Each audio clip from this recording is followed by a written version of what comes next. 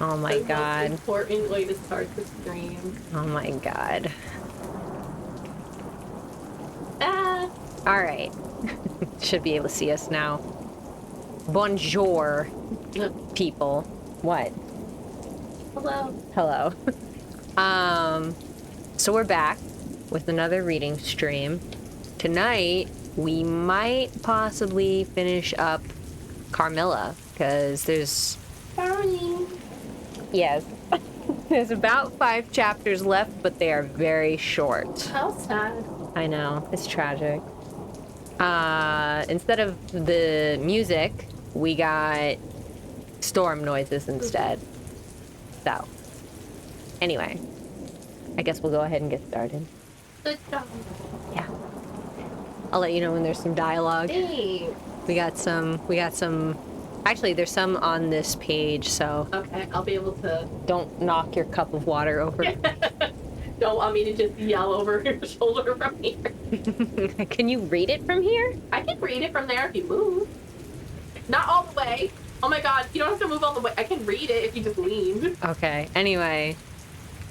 Chapter 10, Bereaved. It was about 10 months since we had last seen him, but that time had sufficed to make an alteration of years in his appearance. He had grown thinner. Something of gloom and anxiety had taken... Wait, who? The general. So in the last chapter, Carmilla was being mad sussy, and... Oh, she had her blood everywhere? No. That was a dream. Or she got... That was a dream. I don't know if that was a dream. Well, anyway, Carmilla was being mad sussy. They decide... The dad was consulting the doctor. The doctor disappeared. Wink. She ate him. She ate him. They decide to go to Castle Karnstein, and along the way they meet General Spielsdorf, who at the very beginning of the story wrote to Laura's father to tell him that his niece/adopted daughter had died, and he was hunting down a monster. Me. So are you all caught up? Yeah. Okay. Yeah, I'm all caught up. All right. Okie dokie. Something of gloom and anxiety had taken the place of that cordial serenity which used to characterize his features. His dark blue eyes, always penetrating, now gleamed with a sterner light from under his shaggy gray eyebrows. It was not such a change as grief alone usually induces, and angrier passions seem to have had their share in bringing it about. We had not long resumed our drive when the general began to talk, with his usual soldierly directness, of his bereavement, as he termed it, which he had sustained in the death of his beloved niece and ward. And he then broke out in a tone of intense bitterness and fury, inveighing against the hellish arts to which he had fallen a victim, and expressing with more exasperation than piety his wonder that heaven should tolerate so monstrous an indulgence of the lusts and malignity of hell. My father, who saw at once that something very extraordinary had befallen, asked him, if not too painful to him, to detail the circumstances which he thought justified the strong terms in which he expressed himself. I should tell you all with pleasure, said the general. But you would not believe me. Why should I not? He asked. We don't know. We don't know. No, because He answered testily. You believe in nothing but what consists with your own prejudices. That's a weird word to say. And illusions. I remember when I was like you, but I have learned better.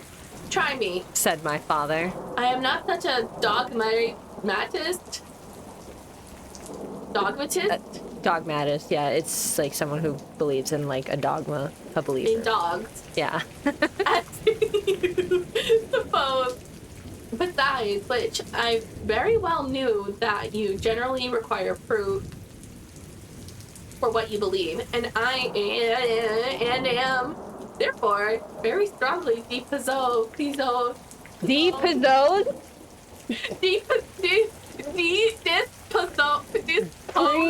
Predisposed. Conclusion. You are right in supposing that I have not been led lightly into a belief in the marvelous, for what I have experienced is marvelous. Nothing. And I have been forced by extraordinary evidence to credit that which ran counter the diametrically to all my theories. I have been made the dupe of preternatural conspiracy. You're so good. I love you. Okay, you're doing your best. Ideally, my voice is so low in the stream, no one. Anyway. Notwithstanding his professions of confidence in the general's penetration, I saw my father, at this point, glance at the general with, as I thought, a marked suspicion of his sanity. Girl, if he was talking like I was reading, I cannot blame him.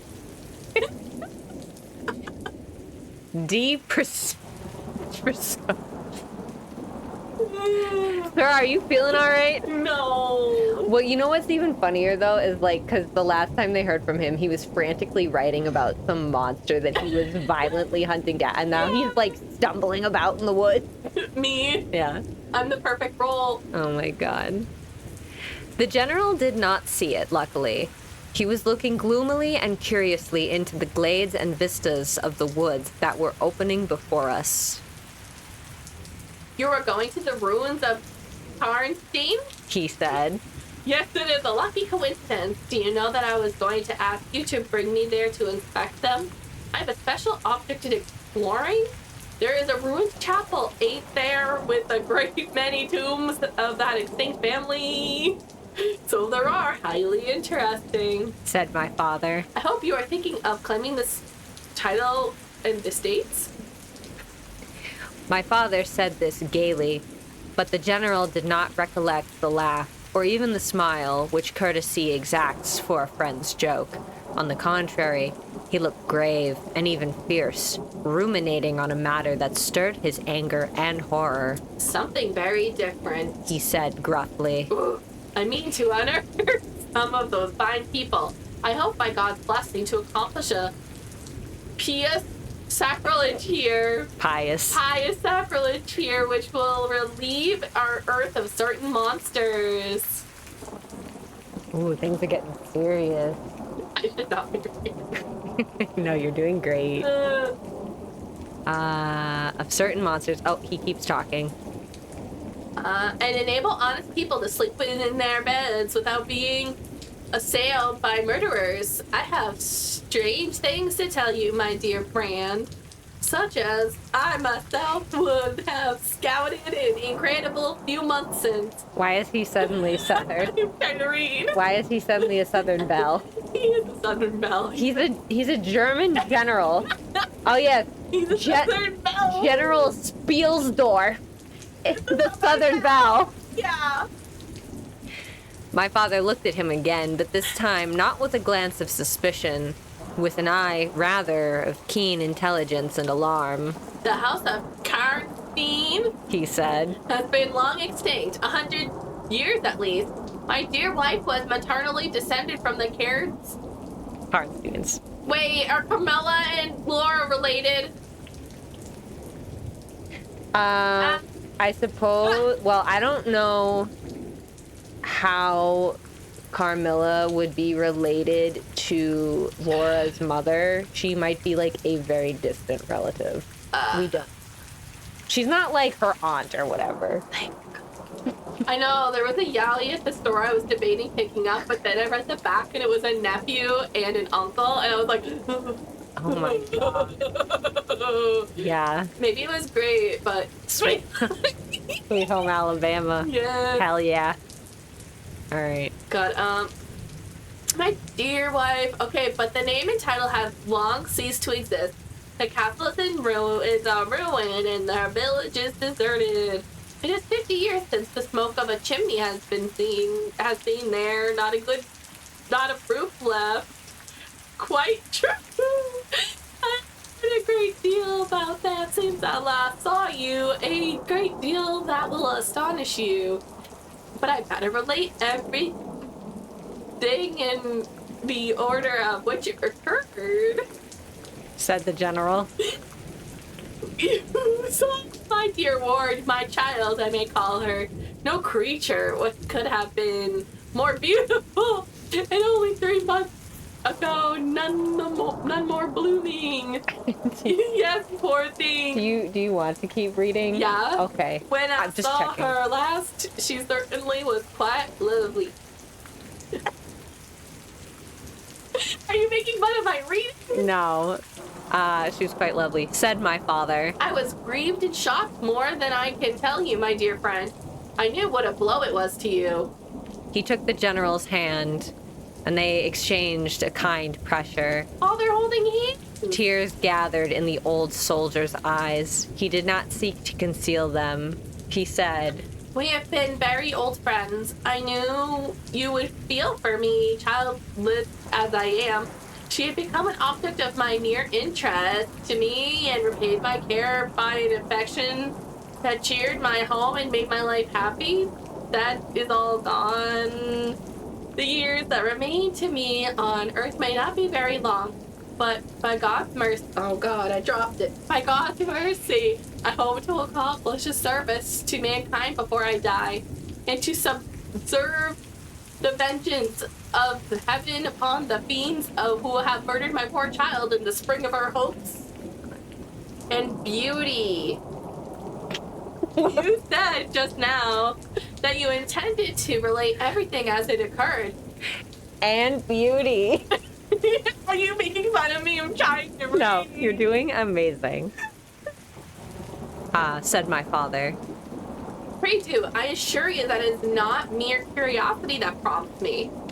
By this time, we had reached the point at which the Drunstall road, by which the general had come, diverges from the road which we were traveling to Karnstein. Ooh, the ghosts. How far it is to the ruin? Is it to the ruin? How far is it to the ruin? What did I say? It is. How far it is to the ruin? How far is it to the ruin? Sorry. Do you want me to shut up? No, you can correct me. Okay. Inquired the general, looking anxiously forward. About half a league. Answered my father. Pray let us hear the story you were so good to promise. So we find out quite a bit of information. Oh my God. Yeah. It's all very suspicious. Suspicious, I suppose. Chapter 11. Oh my God. The story.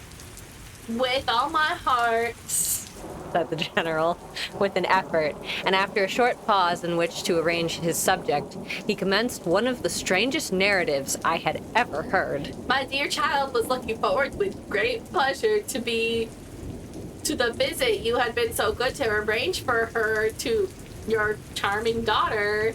Here he made me a gallant but melancholy bow. In the meantime, we had an invitation to my old friend, the Count Carfield, whose schloss is about 10 leagues to the other side of Karnstein. 6 leagues, not 10. Oh my God! 6 leagues to the other side of Karnstein. It was to attend a series of feats which your number was given by him in honor of the illustrious visitor, the Grand Duke Charles. You know, I don't know how to pronounce that other word, so I'm just gonna give it to you. The feat. It's feats. It is now. Are you okay? Yeah. Okay. Thank you. Yes, they've been very splendid, I believe they were. Said my father. Princely, but then his hospitalities are quite regal. He has Aladdin's lamp, the night from which my sorrow dates was devoted in magnificent masquerade. The grounds were thrown open, the trees hung with colored lamps. There was a display of fireworks as Paris itself never had witnessed. And such music. Music, you know, is my weakness. Such ravishing music. The finest instrumental band perhaps in the world. The finest singers who could be collected from all the great operas in Europe. What time period was this? I wonder. Late 1800s. Okay, I don't know the years of composers. But They had interesting. operas back then. Yeah.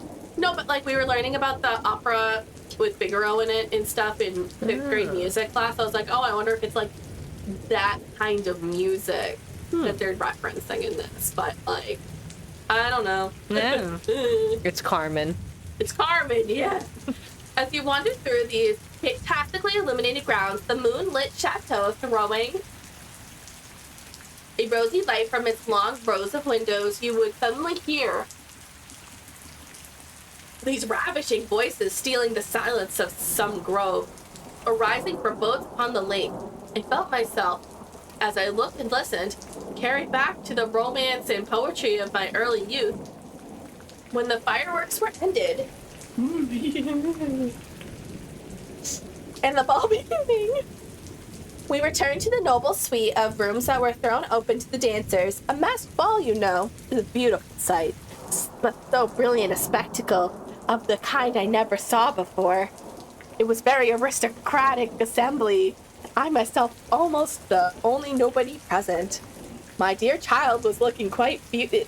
This is like a whole chapter of me reading. My dear child was looking quite beautiful. She wore no mask, like a freak. It's a masquerade. What is she doing? I don't know. Maybe she forgot it in the car. A freak. Her excitement and delight. If you need a break or want me to take... No. Okay. I'm just checking in. Continue. You just don't want me to read? No, please. By all means. She wore no mask. Her excitement and delight added an unspeakable charm to her features, always lovely. I remarked a young lady, dressed magnificently, but wearing a mask, as you should, who appeared to me to be observing my ward with extraordinary interest. I had seen her earlier in the evening, in the great hall again, for a few minutes, walking near us. Yap dollar read of Carmen. What's a yap doll? I don't know. That's just a crappy reading, thank you. That's the goal. No, it's not the goal. My goal is to try to read. You're doing great. Thank you. A terrace underneath the castle window, similarly employed. A lady also masked, richly and gravely dressed, with a stately air, like a person of rank, accompanied her as a chaperone. Had the young lady not worn a mask, I could, of course, have been much more certain upon the question whether she was really watching my poor darling. I am now well assured that she was. We were now in one of the salons. Oh my god, salons. The saloon. The saloons. Such a Southern belle. Yeah. My dear poor child had been dancing and was resting a little in one of the chairs near the door. I was standing near. Two ladies I have mentioned and approached, and the younger took the chair next to my ward, while her companion stood beside me, and for a little time addressed herself in a low tone to her charge. Is it still me reading? Yeah. It didn't start, whatever, it's my turn. She's still reading. My turn. Okay. Availing herself of the privilege of her mask, she turned to me in the tone of an old friend, and calling me by my name, opened a conversation with me, which piqued my curiosity a great deal. Piqued? Oh my god. She referred to many scenes when she had met me at the court. Oh my god, you're trying to find me. And at the distinguished houses, she alluded to little incidences at which I had long ceased to think of, but which I found had only lain in abeyance in my memory. Excuse me? Abeyance. What is that? Abeyance? Beyonce. Abeyance in my memory. But they instantly started into life at her touch. I became more and more curious. Do you need No. Okay. To certain who she was every moment. She parried my attempts to discover very adroitly and pleasantly. The knowledge she showed of many passages of my life seemed to be all but Unaccountable. unaccountable. She appeared to not take this unnatural pleasure in foiling my curiosity and seeing me flounder in my eager perplexity from one conjecture to the other. In the meantime, the young lady, whom her mother had called by the odd name Millarca. Like malarkey. Oh, Millarca. Okay. How suspicious. How's that suspicious? Because we've got Malarca, Carmilla, and Mercado. Is it backwards? Oh my god, it's Carmilla! No, it's not Carmilla backwards. It's an anagram. Oh my god, it's an anagram! Millarca! Malarkey. Which she had once or twice addressed her, had, with some ease and grace, got into the conversation with my ward. She introduced herself by saying that her mother was a very old acquaintance of mine. She spoke of agreeable audacity, which a mask rendered practical. She talked like a friend, and she admired her dress. And insinuated very prettily her admiration of her beauty.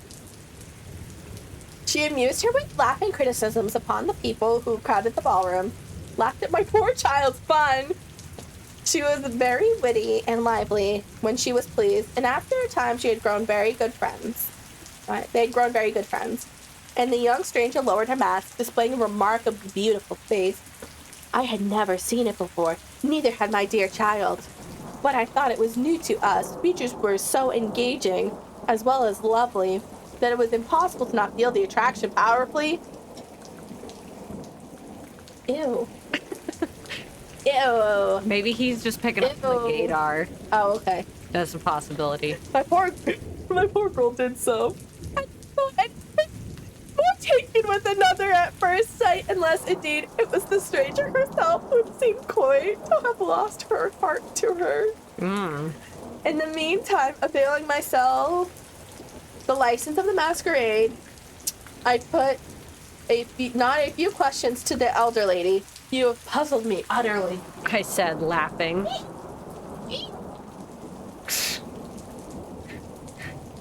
Oh my god.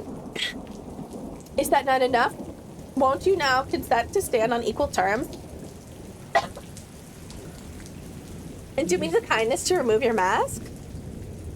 Can any request be more unreasonable? She replied. Ask a lady to yield an advantage.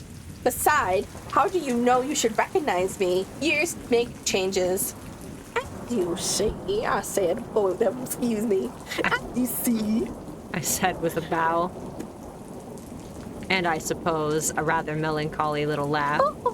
As philosophers tell us, She said. And how do you know that a sight of my face would help you? I should take chance for that. I answered. Is it vain trying to make yourself out an old woman? Your figure betrayed you. Ooh. Years nonetheless have passed since I saw. Yeah, he called her. No, he's. What? I thought he called her an old. Is it vain? She's saying. I thought he was saying you're an old lady. You don't take off your mask. You're an old fart. How do you know you would recognize me? And he says, I would take a chance. Is it vain trying to make yourself out to be an old woman? Your figure betrays Oh, he's saying you're sexy. Yeah. Ew. Spielsdorf got game. Ew. Years nonetheless have passed since I saw you. Rather since you saw me. And for that is what I am considering. Markilla there. Malarca. That's such a stupid name. There, my daughter cannot. There is my. Do you want to take a break? Malarca, there is my daughter. I cannot be young. I cannot then be Oh young. my god, maybe I should take a break. Okay. Get water. I go and take a break. All right. Malarca there is my daughter. I cannot then be young, even in the opinion of people whom time has taught to be indulgent, and I may not like to be compared with what you remember me. You have no mask to remove. You can offer me nothing in exchange. My petition is to your pity to remove it. And mine to yours, to let it stay where it is, she replied. So basically they're just arguing about, like, take off the mask. And she's like, Ew. no. Hey, do you want me to read again? Do you want to read again? Where are you? I'm right here. Well, then. Don't rip my glass. Oh my god. Please. I'm not. You're not wearing glasses. Don't worry about it. Right. I'm like, well then, at least you will tell me whether you are French or German. You still. Oh, you know what? Maybe it will take a break. Okay, Nums is going to take a short reading break. This is a big chapter. This is a lot of reading. It's okay. I don't know how to read. You're doing your best. Am I? You speak both languages so perfectly. I don't think I shall tell you that, General. You intend to surprise and are meditating at a particular point of attack. At all events, you won't deny this, I said, that being honored by your permission to converse, I ought to know how to address you. Shall I say, Madame la Comtesse? She laughed, and she would, no doubt, have met me with another evasion if, indeed, I can treat any occurrence in an interview, every circumstance of which was prearranged, as I now believe with the profoundest cunning, as liable to be modified by accident. As to that, she began, but she was interrupted, almost as she opened her lips, by a gentleman dressed in black, who looked particularly elegant and distinguished, with this drawback, that his face was the most deadly pale I ever saw, except in death. He was in no masquerade, in the plain evening dress of a gentleman, and he said, without a smile, but with a courtly and unusually low bow, Will Madame the Countess permit me to say a few words which may interest her? The lady turned quickly to him and touched her lip in a token of silence. She then said to me, Keep my place for me, General. I shall return when I have said a few words. So basically, like, he's trying to figure out who this woman is because she and her daughter approached like good friends, and she's being very evasive. Not unlike A lesbian. Well, I was going to say that. Unlike with somebody else. Because remember when Laura was trying to, like, get information out of her, and she's like, no. Yeah. It's all coming together. Plot's thickening. And with this injunction playfully given, she walked a little aside with the gentleman in black and talked for some minutes, apparently very earnestly. They then walked away slowly together in the crowd, and I lost them for some minutes. I spent the interval in cudgeling my brains for a conjecture as the identity of the lady who seemed to remember me so kindly, and I was thinking of turning about and joining in the conversation between my pretty ward and the Countess's daughter, and trying whether, by the time she returned, I might not have a surprise in store for her by having her name, title, chateau, and estates at my fingers' ends. But at this moment she returned, accompanied by the pale man in black, who said, I shall return and inform Madame la Comtesse when her carriage is at the door. He withdrew with a bow. Soup thickens, exactly. Soup. So he was ready to find out everything about this lady, because she a hottie with a body. But she's out of here. Goodbye. But all he knows about her is that she's a countess. How interesting. Ooh. Dun, dun, dun. And we remember from last stream when they unveiled the portrait of Mircalla Karnstein, the Countess Karnstein. Monte Cristo. And, yeah. God, imagine if I made you read that thing with all the French words, and it's like 100 times the length of the story. Anyway, that was chapter 11. And we're already at chapter 12. And we're already a half hour in. We're breezing through this. Do you still want to take a break? Is that okay? Yeah, that's fine. Oh, sorry. No, just let me know. That was a lot of reading. Yeah, that was a lot of reading. I know you've been reading a lot more, so I can't complain. I mean, it's all right. I mean, you're a guest. Do whatever you want to do. True. Honey, do you want to try taking a stab at this? Doodle. All right. She doodling. Oh, yeah. They're just going to chill in the background. And then there's each of these has 3 different sections. You make 4 layers. Oh, God. They doodling. They doing art things. Anyway. Chapter 12. A petition. Then when we... Oh, my God. Now I can't read. Do you know if you need to take over? No, I got this. Then we are to lose Madame the Countess. But I hope only for a few hours, I said with a low bow. It may be that only, or it may be a few weeks. It was very unlucky his speaking to me just now as he did. Do you now know me? I assured her I did not. You shall know me, she said, but not at present. We are older and better friends than, perhaps, you suspect. I cannot yet declare myself. I shall in 3 weeks pass your beautiful Schloss, about which I have been making inquiries. I shall then look in upon you for an hour or 2, and renew a friendship which I never think of without 1,000 pleasant recollections. This moment, a piece of news has reached me like a thunderbolt. I must set out now and travel by a devious route, nearly 100 miles, with all the dispatch I can possibly make. My perplexities multiply.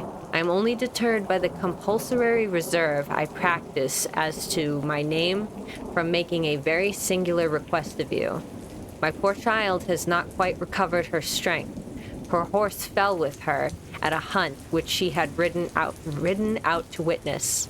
Her nerves have not yet recovered the shock, and our physician says that she must on no account exert herself for some time to come. We came here, in consequence, by very easy stages, hardly 6 leagues a day. I must now travel day and night on a mission of life and death, a mission the critical and monumentous nature of which I shall be able to explain to you when we meet, as I hope we shall, in a few weeks without the necessity of any concealment. You're doing great. Thanks. She went on to make her petition, and it was in the tone of a person from whom such a request accounted to conferring, rather than seeking a favor. This was only in manner, and, as it seemed, quite unconsciously, than the terms in which it was expressed. Nothing could be more depreciatory. I'm trying to think of the word. My brain's a little fuzzy right now. Let's see. Wait, where's the word? Deprecatory. I think it's deprecatory. Yeah. Close enough. It was simply that I would not. It was simply that I would consent to take charge of her daughter during her absence. This was, all things considered, a strange, not to say an audacious request. She in some sort disarmed me by stating and admitting everything that could be urged against it, and throwing herself entirely upon my chivalry. At the same moment, by a fatality that seems to have predetermined all that happened, my poor child came to my side, and in an undertone besought me to invite her new friend, Malarkey, Miss Malarkey Karnstein. She's such a good name. To pay us a visit. She had just been sounding her, and thought if her mamma would allow her, she would like it extremely. At another time, I should have told her to wait a little, until at least we knew who they were. But I had not a moment to think in. The 2 ladies assailed me together, and I must confess the refined and beautiful face of the young lady, about which there was something extremely engaging, as well as the elegance and fire of high birth, determined me, and, quite overpowered, I submitted, and undertook too easily the care of the young lady whom her mother called Malarka. The Countess beckoned to her daughter, who listened with grave attention while she told her, in general terms, how suddenly and peremptorily, oh my goodness, she had been summoned.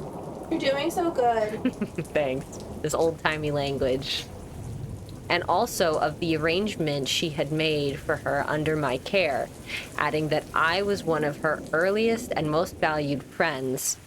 I made, of course, such speeches at the case, as the case seemed to call for, and found myself, on reflection, in a position which I did not half like. The gentleman in black returned and very ceremoniously conducted the lady from the room. The demeanor of this gentleman was such as to impress me with the conviction that the Countess was a lady of very much more importance than her modest title alone might have led me to believe. Her last charge to me was that no attempt was to be made to learn more about her than I might have already guessed until her return.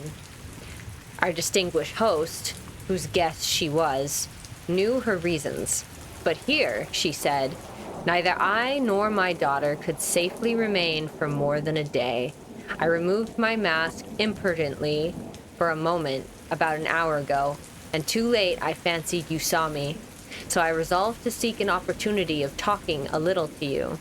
Had I found that you had seen me, I should have thrown myself on your high sense of honor to keep my secret for some weeks. As it is, I am satisfied that you did not see me, but if you now suspect, or on reflection, should suspect who I am, I commit myself, in like manner, entirely to your honor. My daughter will observe the same secrecy, and I well know that you will, from time to time, remind her, lest she should thoughtlessly disclose it. She whispered a few words to her daughter, kissed her hurriedly twice, and then went away, accompanied by the pale gentleman in black, and disappeared in the crowd. In the next room, said Millarca, there is a window that looks upon the half door. I should like to see the last of Mamma, and to kiss my hand to her. We assented, of course, and accompanied her to the carriage. We looked out, and saw a handsome old-fashioned carriage with a troop of couriers and footmen. We saw the slim figure of the pale gentleman in black, as he had held a thick velvet cloak, and placed it about her shoulders and threw the hood over her head. She nodded to him and just touched his hand with hers. He bowed low repeatedly as the door closed, and the carriage began to move. She is gone, said Millarca with a sigh. She is gone, I repeated to myself, for the first time, in the hurried moments that had elapsed since my consent, reflecting upon the folly of my act. She did not look up, said the young lady plaintively. The Countess had taken off her mask, perhaps, and did not care to show her face, I said, and she could not know that you were in the window. She sighed and looked in my face. She was so beautiful that I relented. I was sorry I had a moment repented of my hospitality. I was sorry I had for a moment repented my hospitality. And I determined to make amends for the unavowed churlishness of my reception. The young lady, replacing her mask, joined my ward in persuading me to return to the grounds, where the concert was soon to be renewed. We did so, and walked up and down the terrace that lies under the castle windows. Millarca became very intimate with us and amused us with the lively descriptions and stories of most of the great people whom we saw upon the terrace. I liked her more and more every minute. Her gossip, without being ill-natured, was extremely diverting to me, who had been so long out of the great world.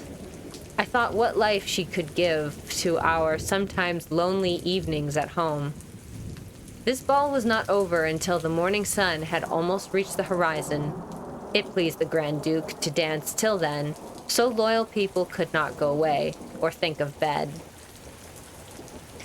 We had just got through a crowded saloon, This time it is saloon with 2 O's. Oh my god. Alternate spelling of salon. Oh, shut A up. room for hosting. So I wasn't wrong. No.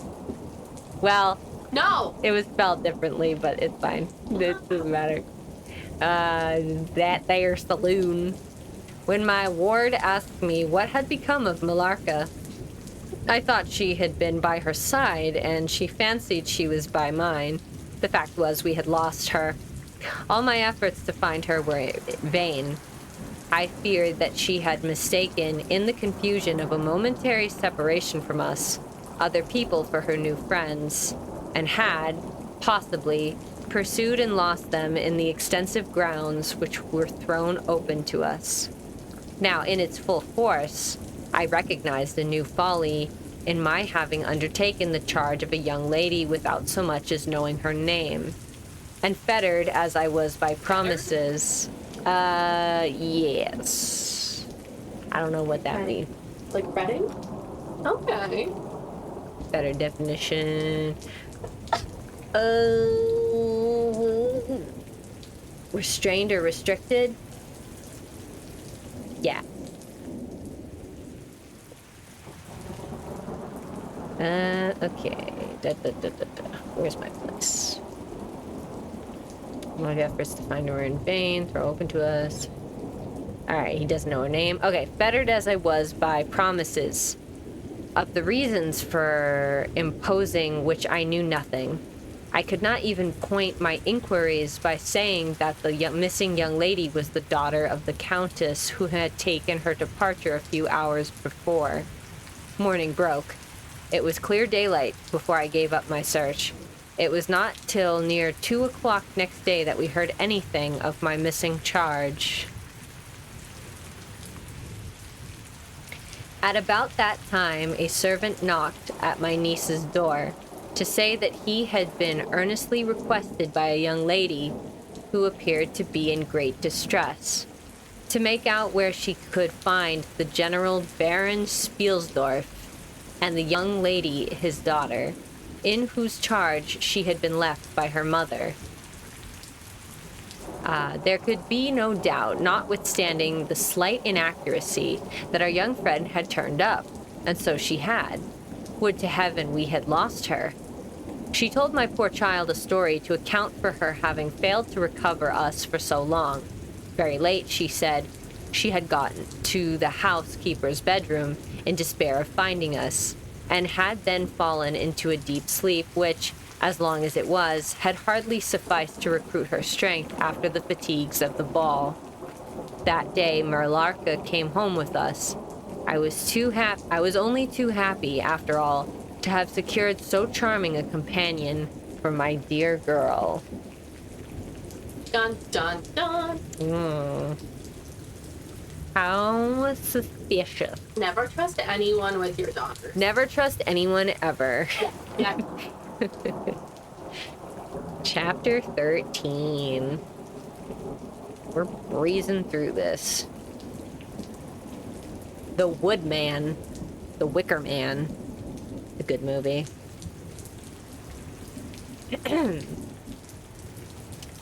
There soon, however, appeared some drawbacks. In the first place, Milarka complained of extreme languor, the weakness that remained after her late illness, and she never emerged from her room till the afternoon was pretty far advanced. In the next place, it was accidentally discovered, although she always locked her door from the inside and never disturbed the key from its place till she admitted the maid to assist at her toilet, that she had undoubtedly sometimes absent from her room. She was undoubtedly sometimes absent from her room in the very early morning, and at various times later in the day, before she wished it to be understood that she was stirring.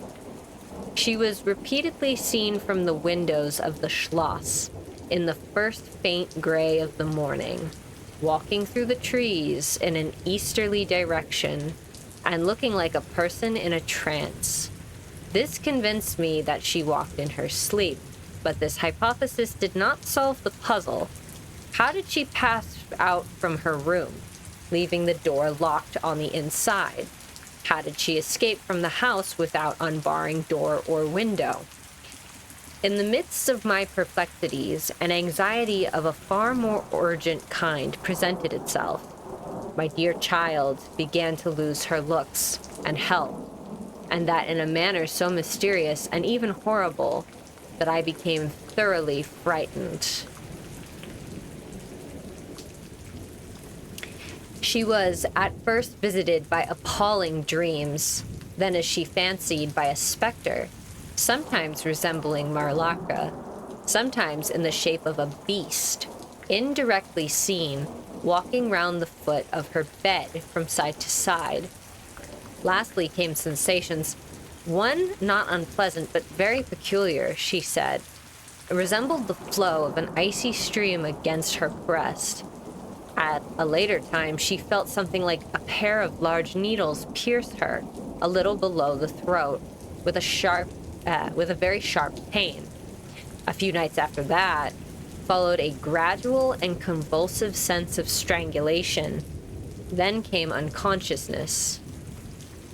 I could hear distinctly every word the kind old general was saying, because by this time we were driving upon the short grass that spreads on either side of the road as you approach the roofless village, which had not shown the smoke of a chimney for more than half a century. You may have guessed how strangely I felt as I heard my own symptoms so exactly described in those which had been experienced by the poor girl who, but for the catastrophe which followed, would have been at that moment a visitor at my father's chateau. You may suppose also how I felt as I heard him detail habits and mysterious Yeah, Grandma. peculiarities, which were in fact those of our beautiful guest Carmilla. I'm doing my best. You're doing great. I'm trying. There's so much reading. Who decided to do a reading stream? Yeah, you. Who did that? A vista opened in the forest, and we were on a sudden under the chimneys and gables of the ruined village, and the towers and battlements of the dismantled castle, round which gigantic trees were grouped, overhung us from a slight eminence. In a frightened dream, I got down from the carriage, and in silence, for we had each abundant matter of thinking, we soon mounted the ascent, and were among the spacious chambers, winding stairs, and dark corridors of the castle. And this was once the palatial residence of the Karnsteins, said the old general at length. As from a great window, he looked out across the village and saw the wide, undulating expanse of the forest. It's an ominous forest. Undulating. It's undulating. It's just the wind. It was a bad family, and here its blood-stained annals were written, he continued. It is hard that they should, after death, continue to plague the human race with their atrocious lusts. Oh my goodness. That is the chapel of the Karnsteins down there. Dun dun dun. How interesting. All right, okay.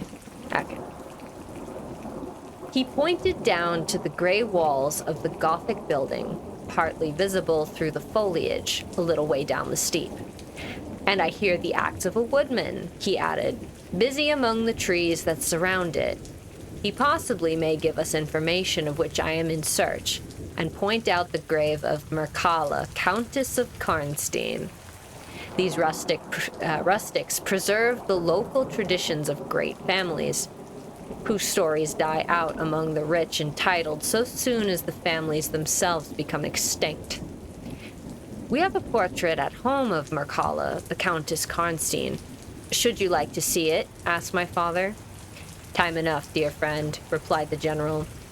I believe that I have seen the original, and one motive which has led me to your earlier than I had first intended was to explore the chapel, which we are now approaching. What? See the Countess Mircalla, exclaimed my father. Why, she has been dead more than a century. Not so dead as you fancy, I am told, answered the general. I confess, General, you puzzle me utterly, replied my father. Looking at him, I fancied, for a moment with a return of the suspicion I detected before. But although there was anger and detestation at times, in the old general's manner there was nothing flighty. There remains to me, he said, as we passed under the heavy arch of the Gothic church, for its dimensions would have justified its being so styled. But one object which can interest me during the few years that remain to me on earth, and that is to wreak on her the vengeance which, I thank God, may still be accomplished by a mortal arm.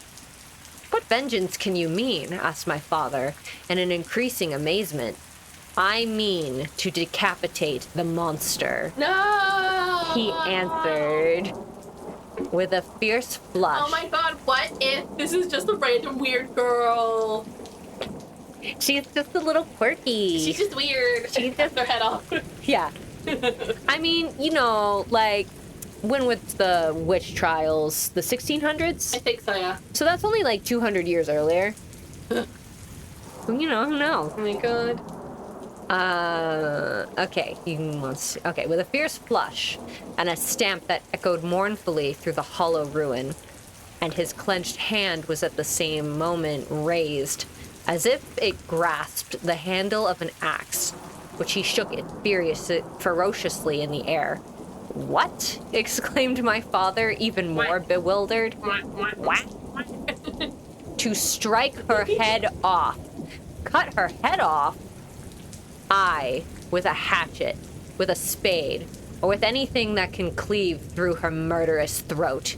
You shall hear, he answered, trembling with rage, and hurrying forward, he said, That beam will answer for a seat. Your dear child is fatigued. Let her be seated, and I will, in a few sentences, close my dreadful story.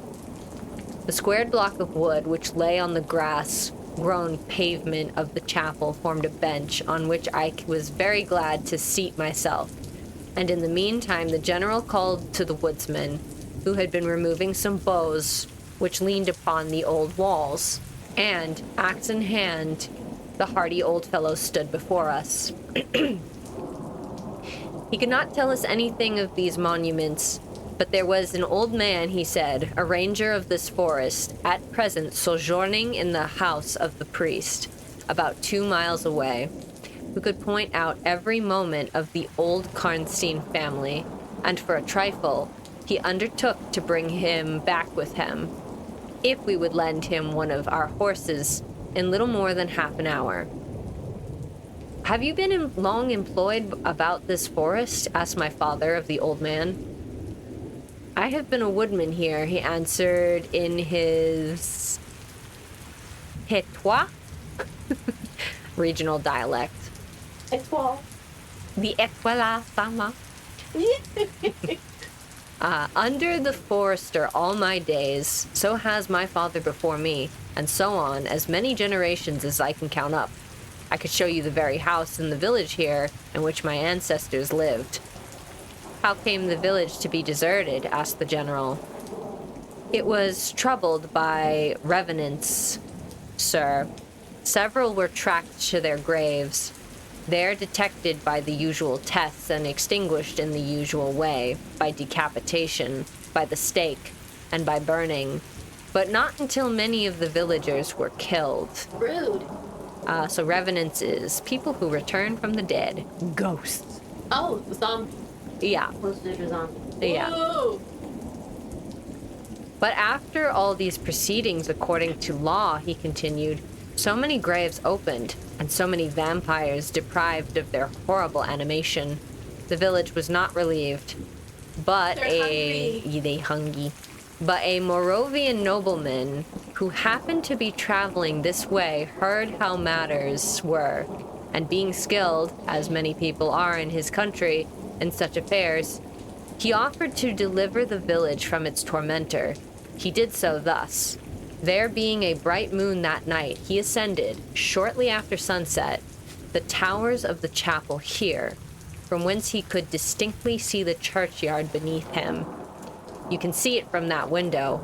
From this point, he watched until he saw the vampire come out of his grave and place near it the linen clothes in which had been folded. In which he had been folded. And then glide away towards the village to plague its inhabitants. The stranger, having seen all this, came down from the steeple, took the linen wrappings of the vampire, and carried them up to the top of the tower, which he again mounted.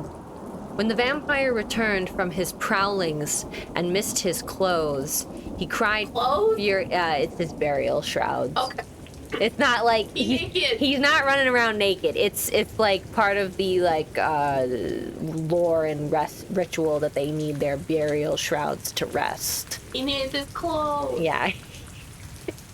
Naked. Oh my god. He cried furiously to the Moravian, whom he saw at the summit of the tower, and who, in reply, beckoned him to ascend and take them. He really said, "Come at me, bro." Yeah. Whereupon the vampire accepted his invitation, began to climb the steeple, and so soon as he had reached the battlements, the Moravian, with a stroke of his sword, clove his skull in twain, hurling him down the churchyard, whither, descending by the winding stairs, the stranger followed and cut his head off. Rude. And next day delivered it and the body to the villagers, who duly impaled and burnt them. This reminds me of Hotel Transylvania. God. Why are you so mean to me? I'm not. I love you. Thank you. Ooh. The Moravian nobleman had authority from the then head of the family to remove the tomb of Mircalla, Countess Karnstein, which he did effectually, so that in a little while its site was quite forgotten. "Can you point out where it stood?" asked the general eagerly. The forester shook his head and smiled. No. No. "Not a living soul could tell you that now," he said. "Besides, they say her body was removed, but no one is sure of that either." Having thus spoken, as time pressed, he dropped his axe and departed, leaving us to hear the remainder of the general's strange story. Ooh, okay. Yeah. I'll be a good girl and I'll actually read some now. Oh, okay. So this is chapter 14? Mm-hmm. The meeting. My beloved child He resumed.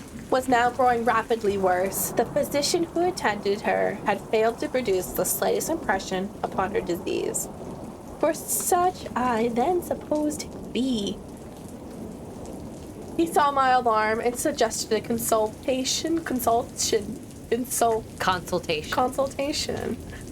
I called as an Abler physician from Graz. Elapsing. It's not funny, but just the fact that you pronounce Graz is Grat. Grat. Like grit. Yeah. From Grat. Grit. What? Come here, lean down. Mwah. ASMR. Yeah. Several days elapsed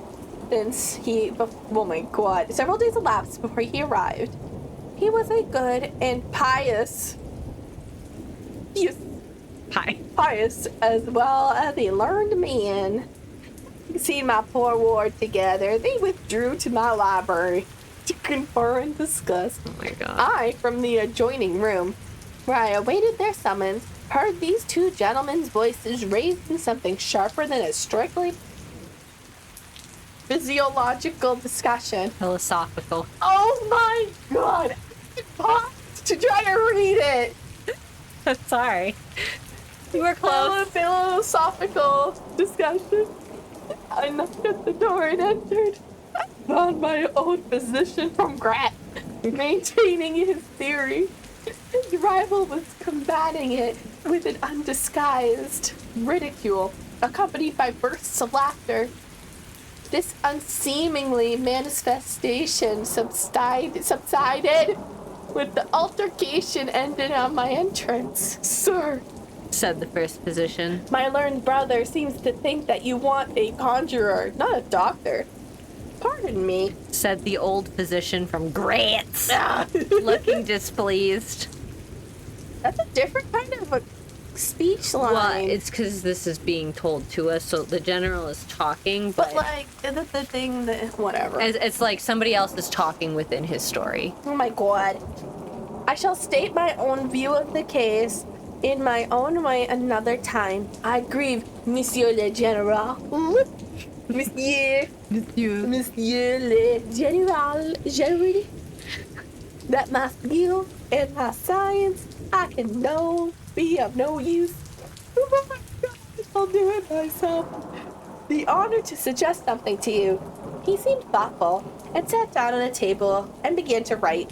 Profoundly. Stop it! You stop. You're driving me crazy. I'm dimming. Oh my god, fine. I need like a fidget. Oh my god, thank you. I'm gonna eat this. Oh my god, where was I? Before I go, Before I go, I shall do myself the honor to just suggest something to you. He seemed thoughtful, just sat down at a table and began to write.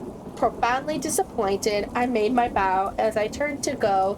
The other doctor pointed over his shoulder to his companion, who was writing, and then with a shrug, significantly touched his forehead. This consultation, then, left me precisely where I am. I walked out into the grounds, all but distracted. The doctor from Graz, in 10 or 15 minutes, overtook me. He apologized for having followed me, but said he could not conscientiously take this leave without a few words more. He told me he could not be mistaken. No natural disease exhibited the same symptoms, and that death was already very near. There remained, however, a day or possibly two of life. If the fatal seizure were at once arrested with great care and her skills, her strength might possibly return. But all hung now on the confines of the irrevocable. Wow. yeah, you got this. One more assault might extinguish the last spark of vitality, which is every moment ready to die. And what is the nature of this seizure you speak of? I entreated. I have stated all fully in this note, which I place in your hands upon the distinct condition that you send for the nearest clergyman and open my letter in his presence, and then no account read it until he is with you. And you would despise it else, and it is a matter of life and death. Should the priest fail you, then indeed you may read it. He asked me, before taking his leave finally, whether I would wish to see a man curiously leaned upon the very subject. Learned upon the very subject. Which, after I had read his letter, would probably interest me above all others. And he urged me earnestly to invite him to visit him there. And so I took his leave. The ecclesiastic was absent, so I read the letter myself.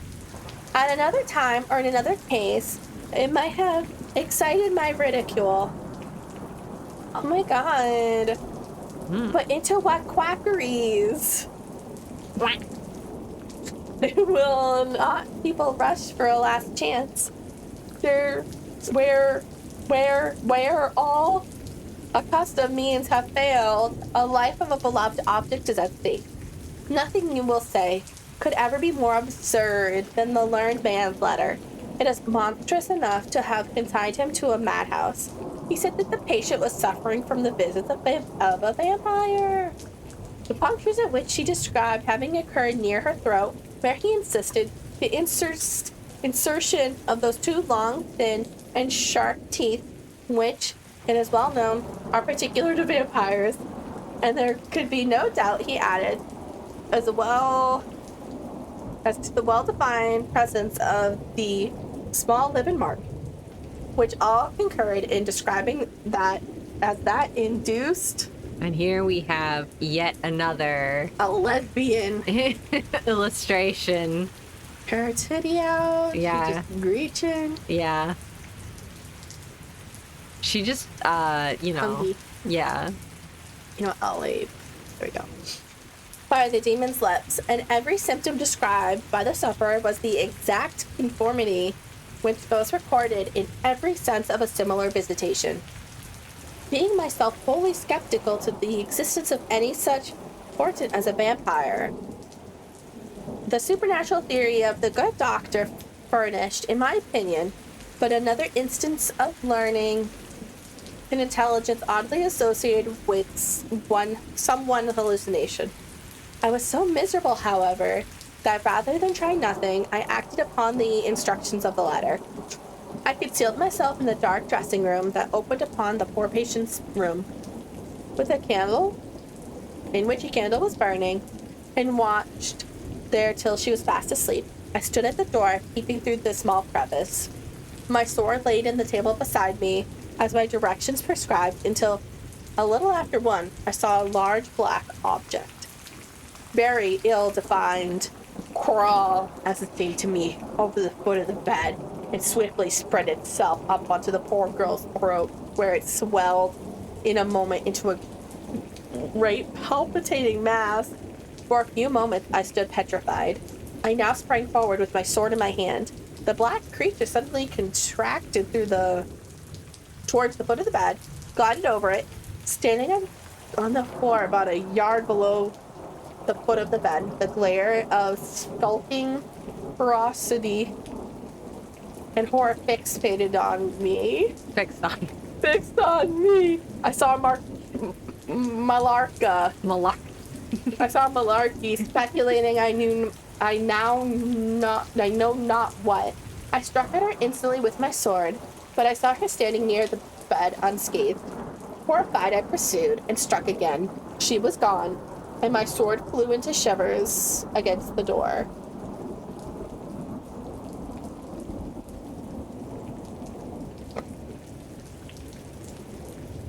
Sad.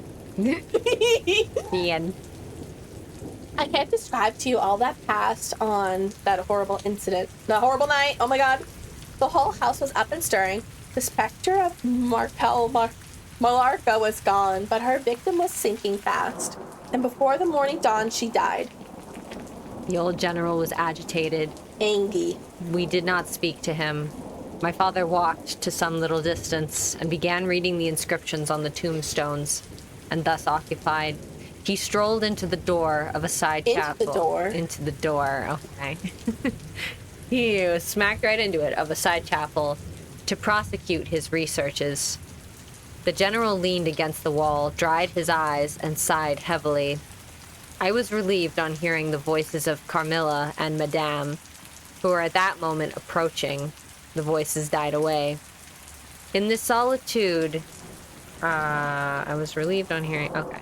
In this solitude, having just listened to so strange a story, connected, as it was, with the great and titled dead, whose monuments were moldering among the dust and ivy around us, and every incident of which bore so awfully upon my own mysterious case, in this haunted spot, darkened by the towering foliage that rose on every side, dense and high above its noiseless walls, a horror began to steal over me, and my heart sank as I thought that my friends were, after all, not about to enter and disturb this triste and ominous scene.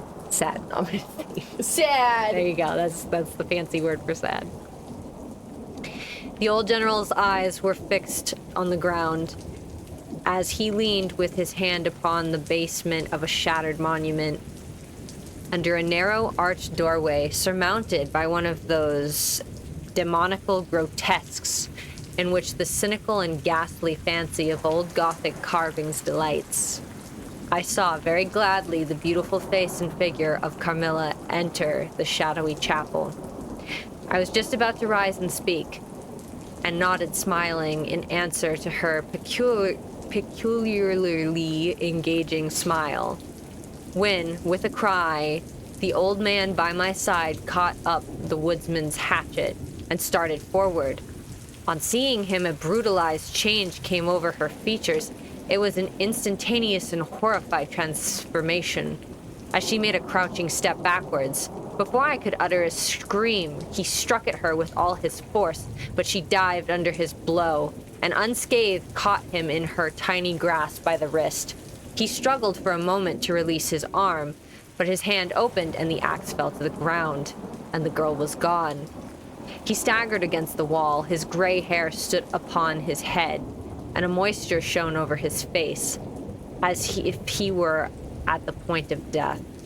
The frightful scene had passed in a moment, and the first thing I recollect after is Madame standing before me and impatiently repeating again and again the question, "Where is Mademoiselle Carmilla?"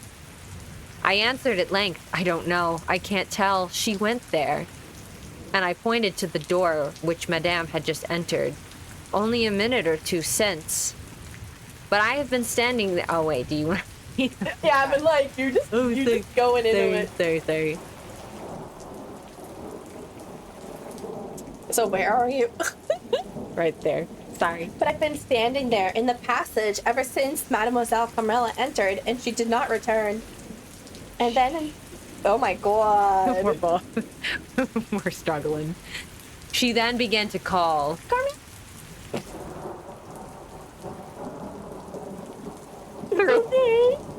through every door and passage from the windows, but no answer came. She called herself Carmilla. Asked the general, still agitated. Carmilla, yes. I That's my answered. girlfriend. I answered. He said, That is Malarca. That is the same person long ago who was called Malarca. Countess Karnstein. Marcala. Marcala. Oh my god. Too many aliases. I hate everything. Depart from this accursed ground, my poor child, as quickly as you can.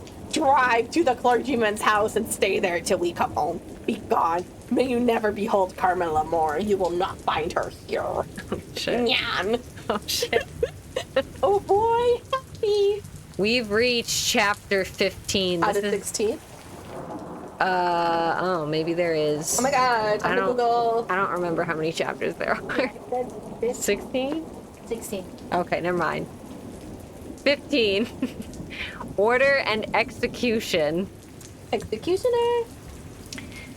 As he spoke, one of the strangest looking men I ever beheld entered the chapel at the door Oh, a freak is here. through which Carmilla had made her entrance and her exit.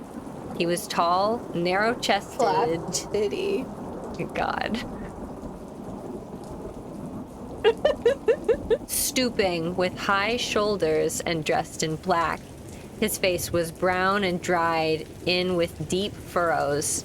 He wore an oddly shaped hat with a broad leaf. Thank God you read that, because my brain was reading it and I read like bread loaf. He wore an oddly shaped hat with a bread loaf. His hair, long and grizzled, hung on his shoulders, and he wore a pair of gold spectacles. He had glasses. And walked slowly with an odd shambling gait, with his face sometimes turned up to the sky and sometimes bowed down toward the ground, seemed to wear a perpetual smile. His long, thin arms were swinging, and his lank hands, in old black gloves, ever so much too wide for them, Oh, he has some big gloves. waving and gesticulating in utter abstraction. Girl, do you want a drink?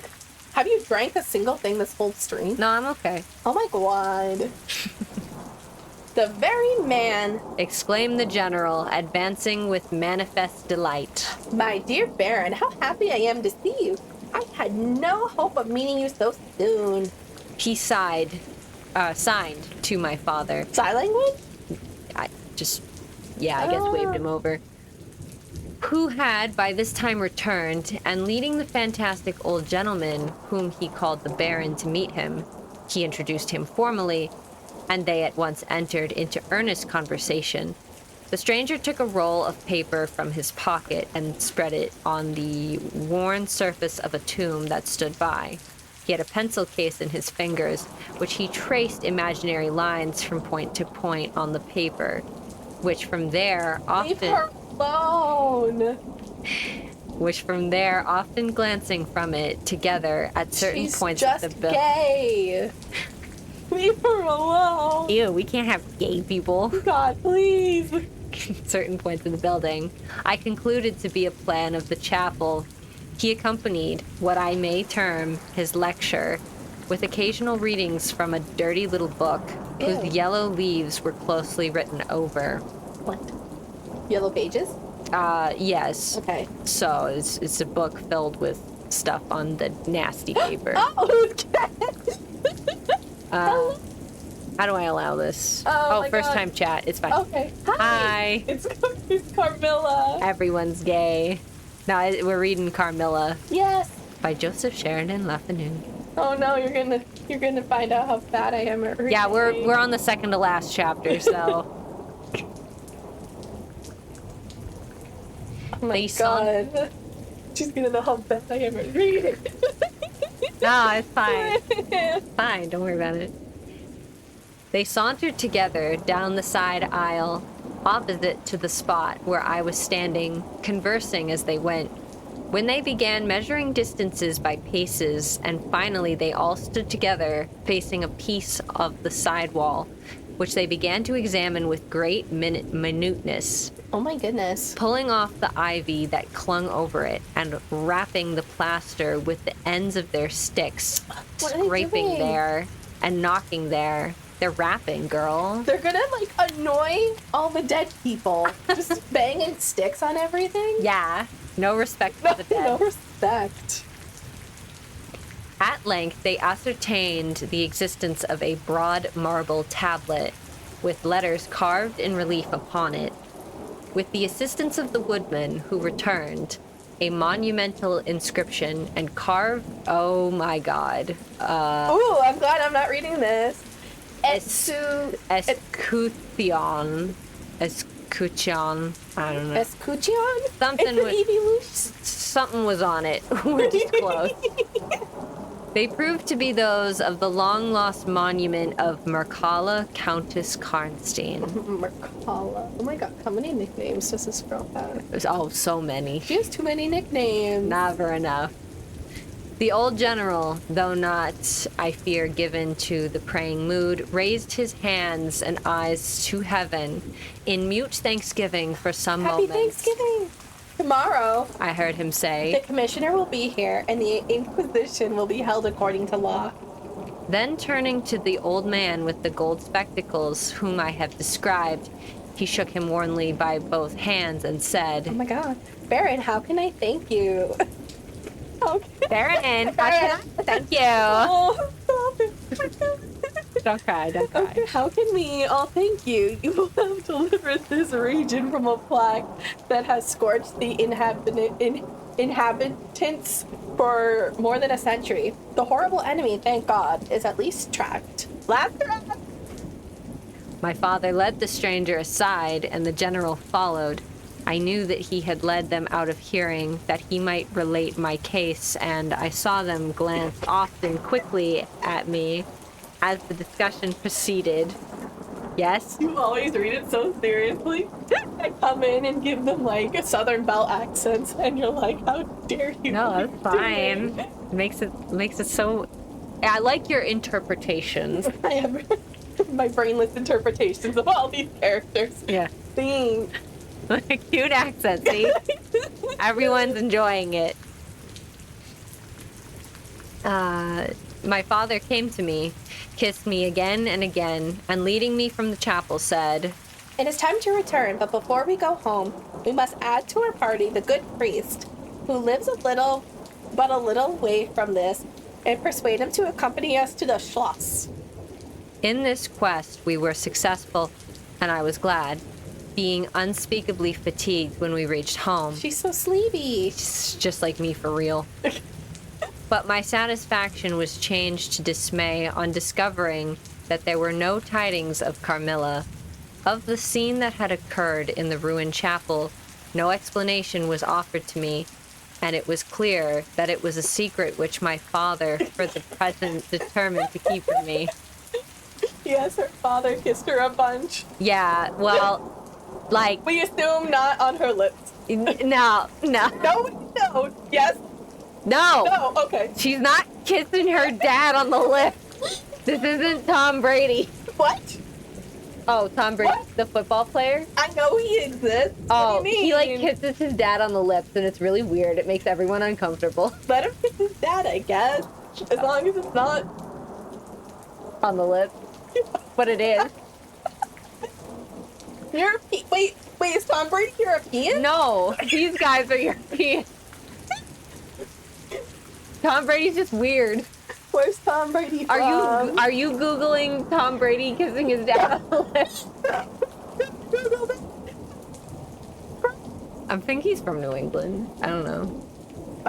I I know he played for them for a long time, but the University of Michigan, where he went Oh. to school. Where you were born? Maybe We're gonna he- learn about Thomas Edward Patrick Brady Jr. why does he have 2 middle names? Not enough.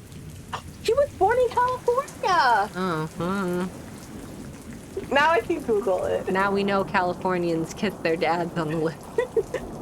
Anyway, where the hell was I? Oh, he does. Are you Googling it? I knew it. Anyway, I have to get back to reading. Wow. Can I read now? Yeah. Stop looking at pictures of Tom Brady kissing his dad on the lips. I'm sorry, I was the one who had to tell you. There's evidence. Yeah, I'm sorry. It's pretty weird. Oh. Okay. All right, I'm gonna go back to reading. Okay. Okay. All right.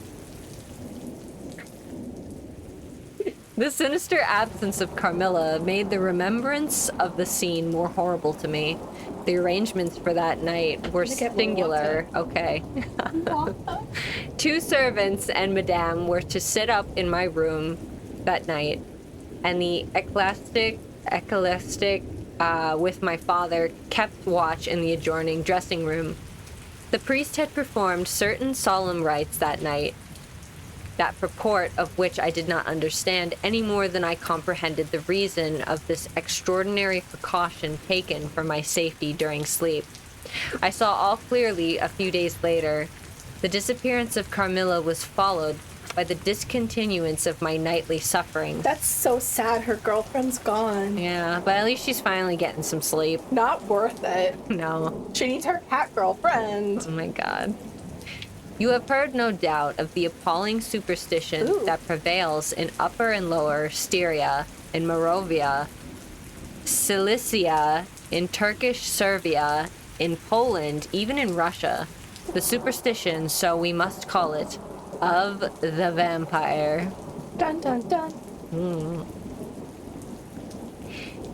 If human testimony taken with every care and solemnity judiciously Yeah. before commissions innumerable, each consisting of many members, all chosen for integrity and intelligence, and constituting reports more voluminous perhaps than exist upon any one other class of cases, is worth anything, it is difficult to deny or even to doubt the existence of such a phenomenon as the vampire.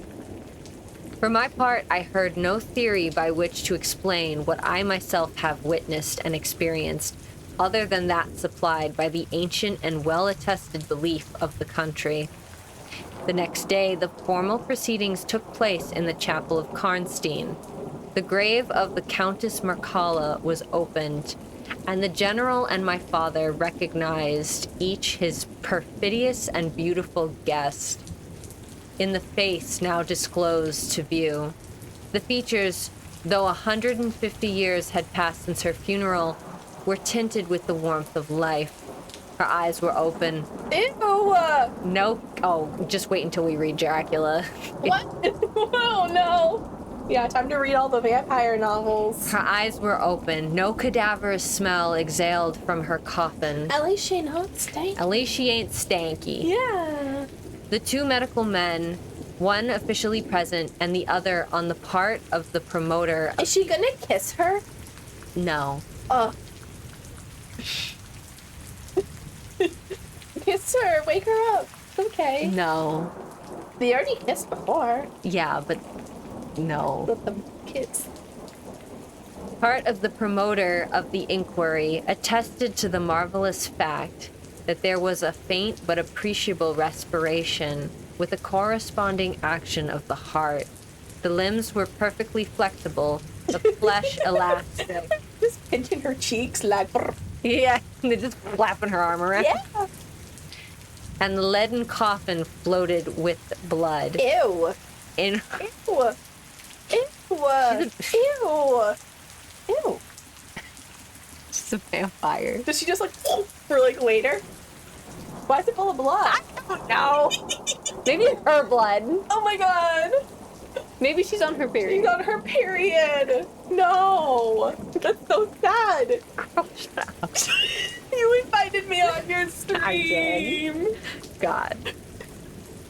Okay, this is supposed to be horror. It's very scary. She's on her period.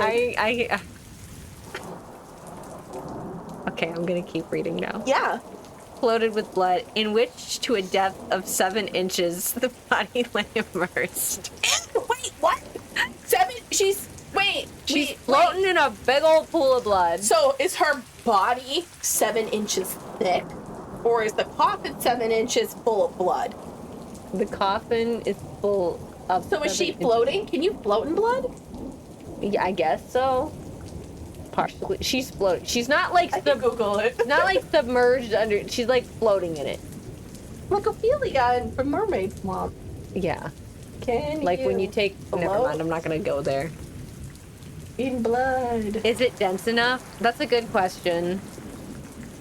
Thank you for Googling this. I know you already went ahead and Googled Tom Brady kissing his dad. So the least you can do is Google the answer to this question. Please. Does blood have buoyance? Oh my god. Oh my god. While you're looking for that, I'm gonna. Oh, would a wooden boat float in a river of blood? That's close enough. Yeah, sure. Blood is heavier than water, so boats would float even better. Is that true, Reddit? Wooden boats don't float because wood is less dense than water. It often isn't. They float just because. Oh my god.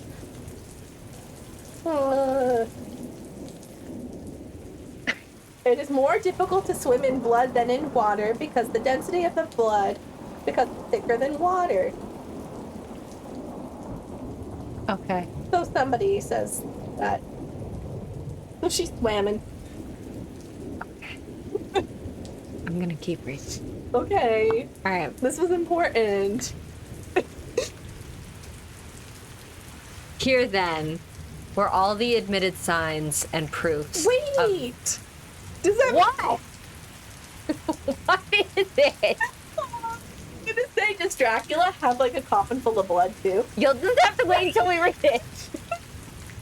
Is there anything else you want to say? There probably is, but I don't know it yet. You invited me on your stream! You invited me here! I'm gonna keep reading. I thought you were gonna say you were gonna. I'm gonna throw you out a window. Yeah. All right. My God! I'm sorry, it's time for my medicine. I don't have any of it. Okay. Are you gonna make it through this stream? I think there's like one more chapter. I think we can survive. Okay. Maybe. The question is, where I'm gonna survive. Oh my No. Christ. Here. Keep going.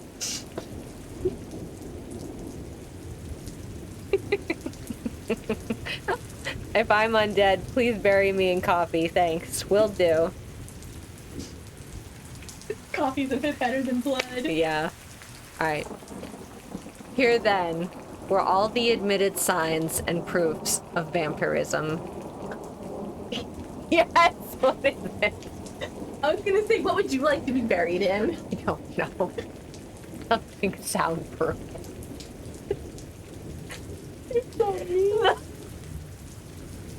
This is like the discussions we have with the kids at school. We have things called chat packs. Except if you were a vampire, what would you be buried with? That's And nice. I don't think that we would do that. No. Alright. Can I read? Okay. If No. you can read. You can read. Okay. I'll be normal. Alright. There's no talking. Yes!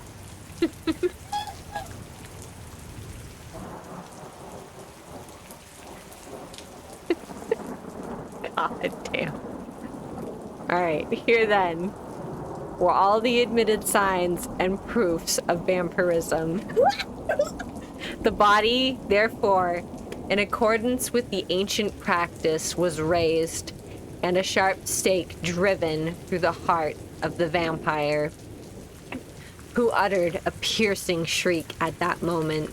In all respects, such as might escape from a living person in the last agony. Then the head was struck off, and a torrent of blood flowed from the severed neck. The body and the head were placed on a pile of wood That's so mean. and reduced to ashes, which were thrown upon the river and borne away, and that territory has never since been plagued by the visits of a vampire. I hope that it's gonna be like JoJo's, where she gets veins to come out of her neck and attaches to a body, and she comes back and gets another girlfriend. That's a different vampire. But like, she's still a vampire. Girl, Can't she's- she have these powers? Girl, she's dust in a river. What if she's okay? She's not. She's not. It's very different. This isn't the web series. Head flies out of its thing with its organ Ew. to go after people. Ew. Dio's gross. You have to be careful because you could be walking out at night and then get suddenly some organ Ew. face. Ew, that's gross. I don't like those kind of vampires. Then you don't want her to become that. No, but She's already dead. she's already She's already She's dead. dust in the wind, girl. don't breathe through it. My family has a copy of the report of the Imperial Commission with the signatures of all who were present at these proceedings, attached in verification of the statement. It is from the official paper that I have summarized my account of this last shocking scene. She saw her girlfriend's head fly off. She was there for the whole thing. Kind of fucked up that they let her be there for that, but that's kind of funny. No, it's not funny. No, That was her girlfriend. not anymore. Not anymore. Now she's pocket sand. Oh my god.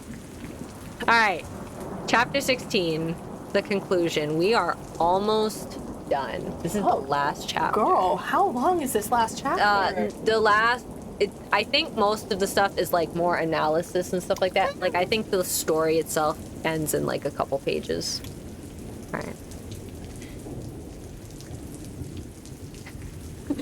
I just hear you so mad. I'm not mad. I write all of this, you suppose, with composure, but far from it.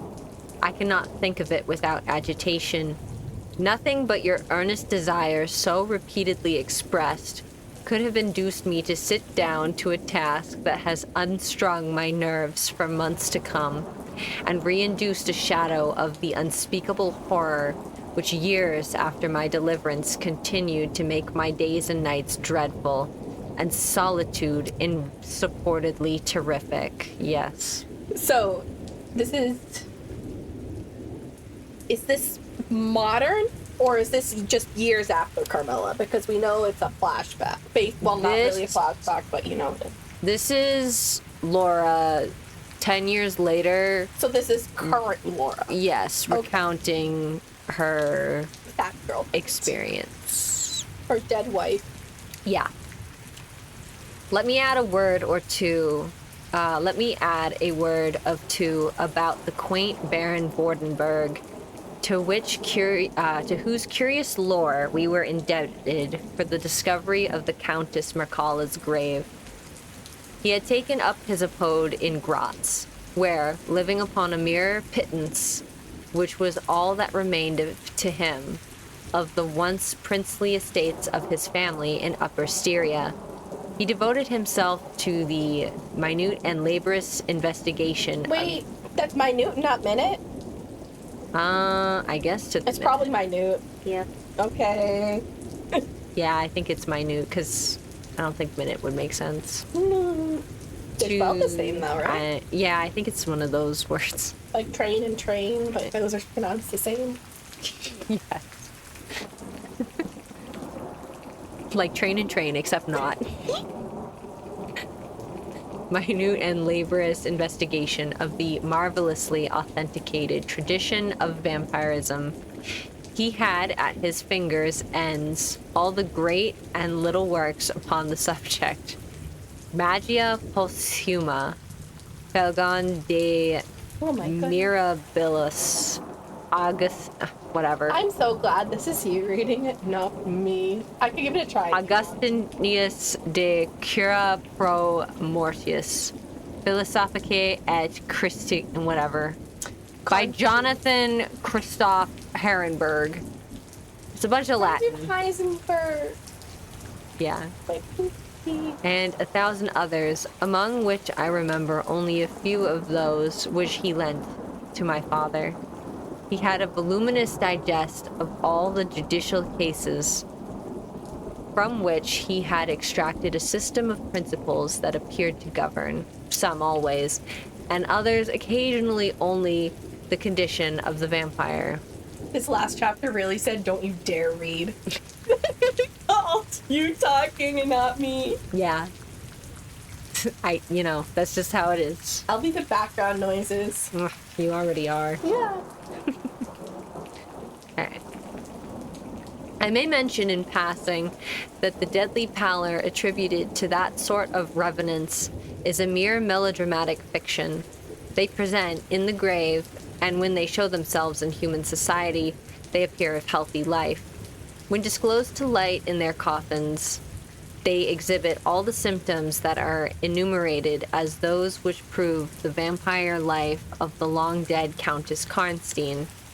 How they escape from their graves and return to them for certain hours every day without displacing the clay or leaving any trace of disturbance in the state of the coffin or the cerements has always been admitted to be utterly inexplicable. The amphibious existence of the vampire is sustained by daily renewed slumber in the grave. Its horrible lust for living blood supplies the vigor of its waking existence. The vampire is prone to be fascinated with an engrossing vehemence, resembling the passion of love, by particular persons. In pursuit of these, it will exercise inexhaustible patience and stratagem, for access to a particular object may be obstructed in 100 ways. It will never desist until it has satiated its passions and drained the very life of its coveted victim. But it will, in these cases, husband and protract its murderous enjoyment with the refinement of an epicure, and heightened it by the gradual approaches of an artful courtship. In these cases, it seems to yearn for something like sympathy and consent.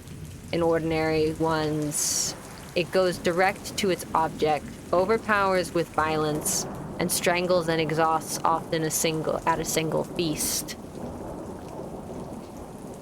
The vampire is, apparently, subject, in certain situations, to special conditions. In the particular instance of which I have given you a relation, Mercala seemed to be limited to a name which, if not her real one, should at least reproduce, without the omission or addition of a single letter, those, as we say, anagrammatically, which compose it. Carmilla did this, so did Mercala. My father related to the Baron Vordenberg, who remained with us for 2 or 3 weeks after the expulsion of Carmilla, the story about the Moravian nobleman and the vampire at Karnstein churchyard. And then he asked the Baron how he had discovered the exact position of the long-concealed tomb of the Countess Mercala.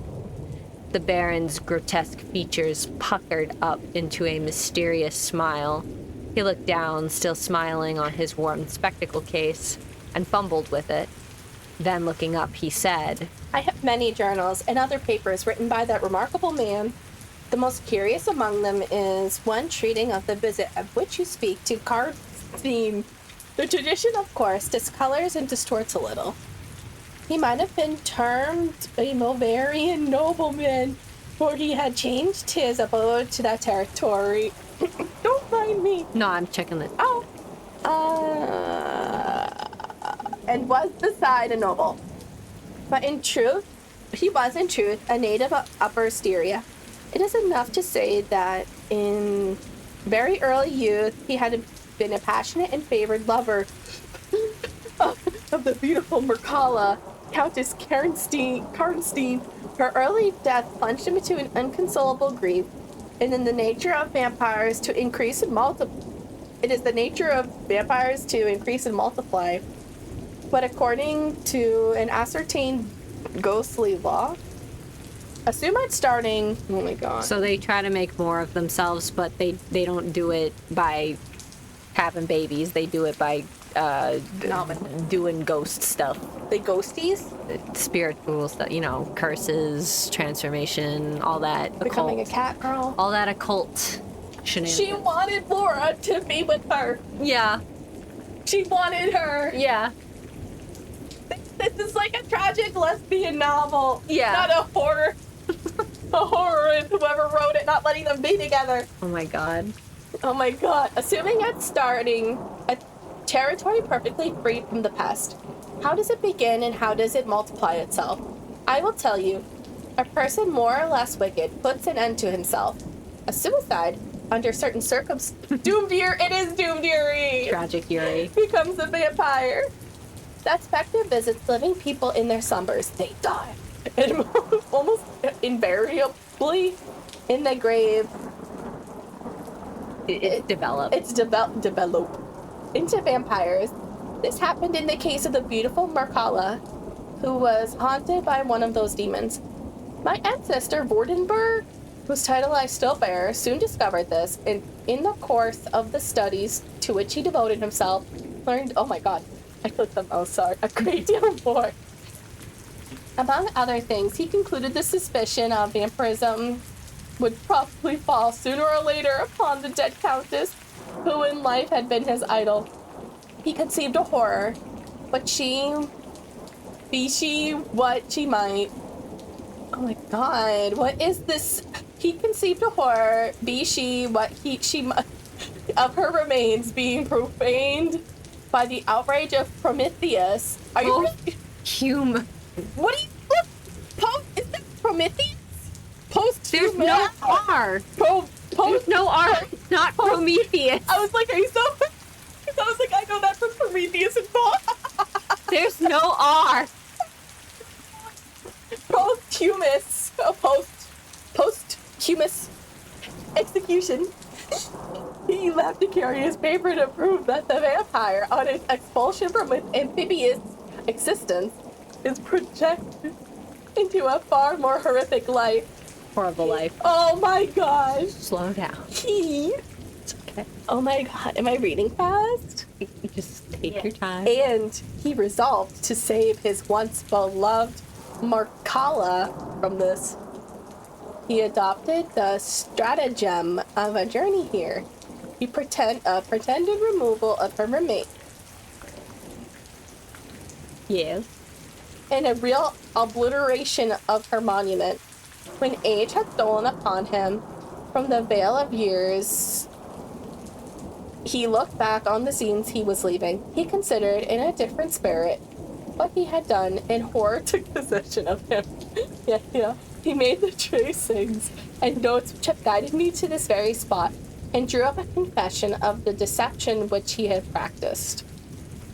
If he had intended any further action in this matter, death prevented him, and the hand of a remote descendant has, too late for many, directed the pursuit to the lair of the beast.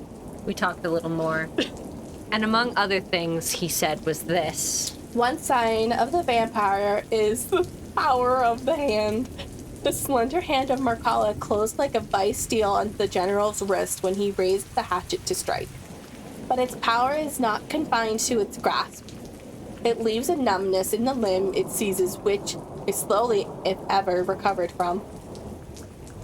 The following spring, my father took me a tour through Italy. We remained away for more than a year. It was long before the terror of recent events subsided, and to this hour the image of Carmilla returns to memory with ambiguous alternations. Sometimes the playful, languid, beautiful girl, sometimes the writhing fiend I saw in the ruined church, and often from a reverie I have started fancying I heard the light step of Carmilla at the drawing room. Oh my god, it's like when they die and they see, like, when, like, grandma is dying and she sees grandpa leading her to heaven, like those guys. She sees her vampire girlfriend. Or she's haunted by her. But you know what else is very, very interesting about this story? What? And the Vampire Lovers adaptation in 1970. So, Carmilla's dead. Unfortunately. Unfortunately. Her mother is still out there. Oh my god, she can go get a girlfriend. Her mother and all the mother's henchmen are still out there. Matska, the racist caricature, is still out there. Ooh.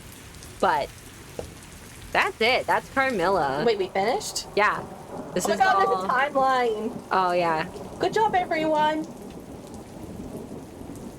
Wow. So yeah. I think all of this is just Wow. flavor yeah, this is all just like sources and stuff. So, did you like the story? Hey, Missy. Exactly what. Yes, Okay. I did. I'm sad it was Doom Deary. I'm also sad it was Doom Deary, but you know, as we've said earlier, there are other adaptations of this story that are less Doom Deary. Mostly the web series, not the Vampire Lovers. But yeah, I mean, I really liked it. I was also surprised with how gay it was. That was like, I wasn't expecting it to be that gay, but I'm happy it was. I was expecting like a I'm happy. wink and a nod and like subtleties and like Not if like you squint. kissing and nuzzling necks and stuff. I'm like, whoa. Yeah. Whoa, whoa, whoa. Yeah, passionately declaring your love. Smooching her 900 times. Mm-hmm. It was a lot. You know what? There should be an alternate ending where Laura becomes the vampire and they get to live happily ever after. Well, she doesn't become a vampire in the web series, but it's less Doom Deary, as you know. We want the non-Doom Deary in this house. But even then, you know, I think for what it is, I think it's a very fun story. Yeah.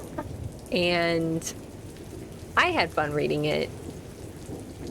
Did you have fun? Did you have fun having me on your stream? That's the real question. I think I did. I just like, you know, I was trying to get through that last chapter and I was interrupted like 5 times. Listen, I'm sorry if I lost my temper a bit. you know I have that undiagnosed stuff. I know. My diagnosed anxiety and depression. I know. That makes me interrupt you every 5 seconds. It's fine. I was happy to have you. I was happy to have Honey in the background. Yeah. Keeping us company. So that's it. That's Doomed Yuri. I'm not sure what my next stream is gonna be, but who knows? Yes. Good question. We have some things we haven't finished. True. We have the murder of Sonic the Hedgehog. Yeah. More reading. I don't know. I guess it depends. We also have Ribbon. Oh God. Oh Lord. I don't think you and I are ever gonna get through that. Oh my god, but I'm so smart. Not unless we cheat, girl. No. Anyway. It's late. Is it? Yeah, that's Yeah. true. It's like a half hour past my medicine time. Yeah. Poopy so poopy. I gotta get you home so you can take your medicine. Yeah. But thank you, everyone Yes, who thank you. came and hung out with us and listened to us eloquently read the story. I'm sorry for anyone who listened. You did great. Thanks. You did wonderful. Thank you, Pika, for joining us for the first Yes. time. Thank you. You got to hear me not know how to read. So I guess take your meds, shrimp Yes, plant. I will take my meds when I get home. Thank That's right. you. We'll all yell at her to take. As long as I remember, I'll do my best. That's right. All right. Good night, everybody. Bye. Thank you. Bye.